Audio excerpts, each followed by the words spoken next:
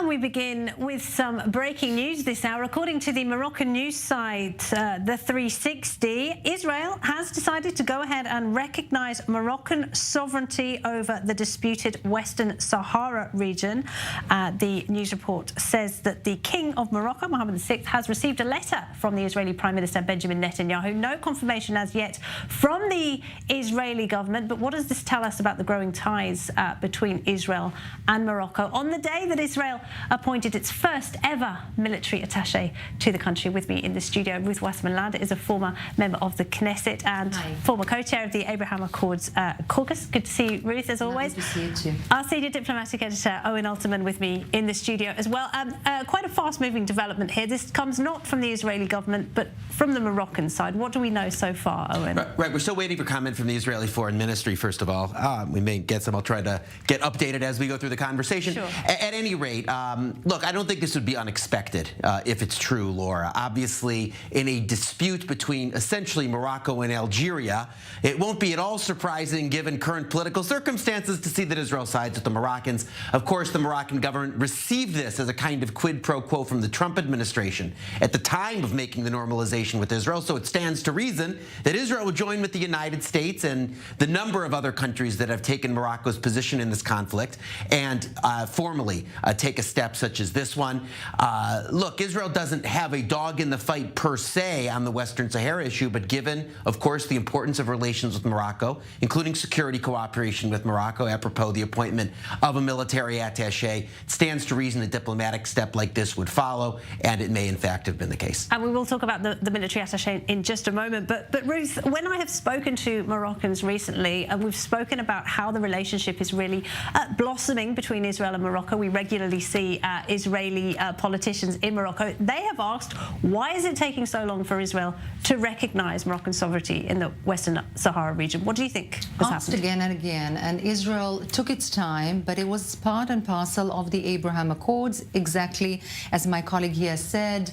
The Trump administration had given a promise, and the Israeli government, when signing the Abraham Accords, that it would recognize the legitimacy of the Moroccan rule over the Sahara Desert. And indeed, there was some tension regarding, from the Moroccan side, of course, regarding why Israel was not going through with this issue. I think it was waiting for a precise moment like this when announcing the appointment of a military attaché. And by the way, the security ties and the military ties between the two countries are extremely strong.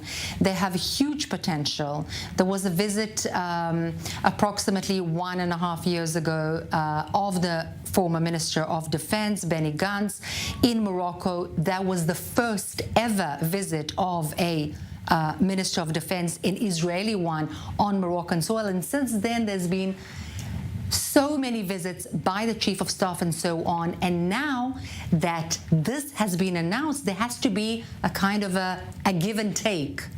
And that was the give. Well, I believe we can cross now to Rabat. We're joined by Professor Mohammed Shtatu. Are you there with us, Mohammed? Great to see you again. This is something that you've spoken about a lot in the past. Why is it taking Israel so long? What do you make of these reports? Well, I think this recognition comes at the right time, because Morocco is trying to organize in the month of September the Negev summit, which is very important at the moment for all the countries that have signed the Abraham Accords. And the Abraham Accords is quite a success.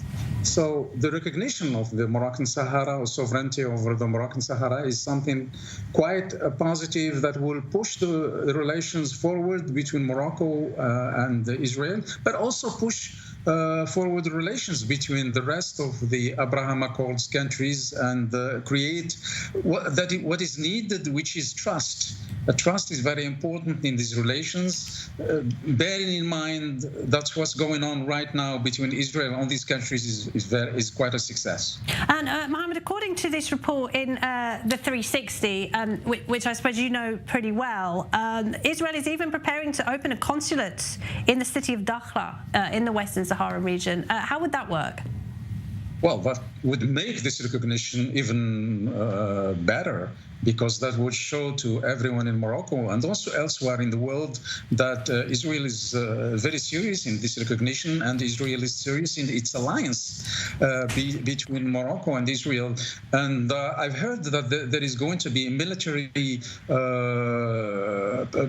personnel sent to the embassy. Yep. Attaché sent to the embassy here, which further strengthens this alliance, which is very important both for Morocco and Israel.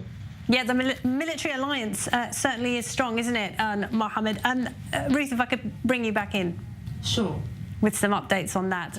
How is it going to proceed from now on? We're still waiting, of course, for confirmation from the Israeli government. Unfortunately, I haven't been able to also receive any kind of confirmation as of yet from the Israeli side, from the Ministry of Foreign Affairs, or from anyone else perhaps in Morocco right now.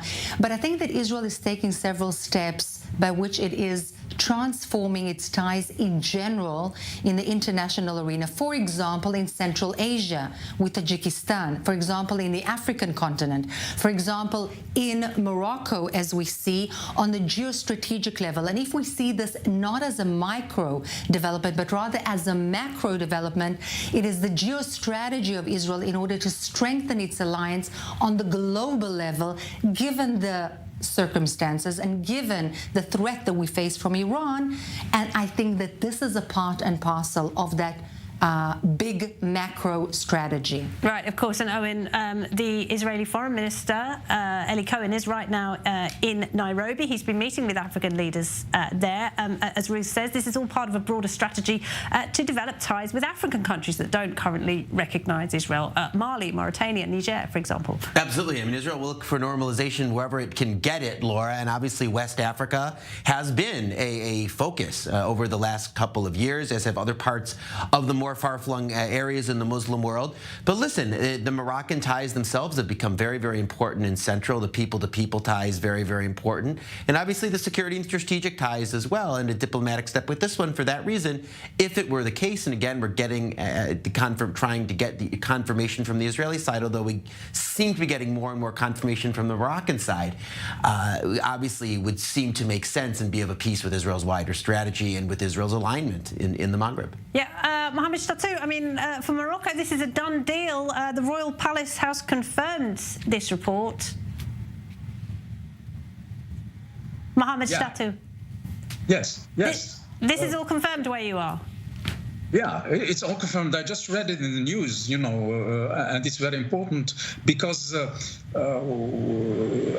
the person with you said, as one of the people with you said, I think this is very important for geostrategic relations, and Morocco is a stepping stone for Israel in Africa to strengthen its relations with African countries, and many African countries will recognize Israel now and come forward, and this is a major breakthrough for relationships at the international level, and I think it's very important for both countries. And for Morocco, it's very important in the sense that it'll bring a lot of interest from Israel and a lot of interest from other countries. All right, Mohammed Shtatu, thank you very much indeed. Ruth Wasserman Lande and our own Owen Altman, thanks to you as well. And just to recap, according to the Royal Palace in Morocco, Israel has decided to go ahead and recognise Moroccan sovereignty over the Western Saharan region. No confirmation as yet from the Israeli government. We will, of course, keep you updated.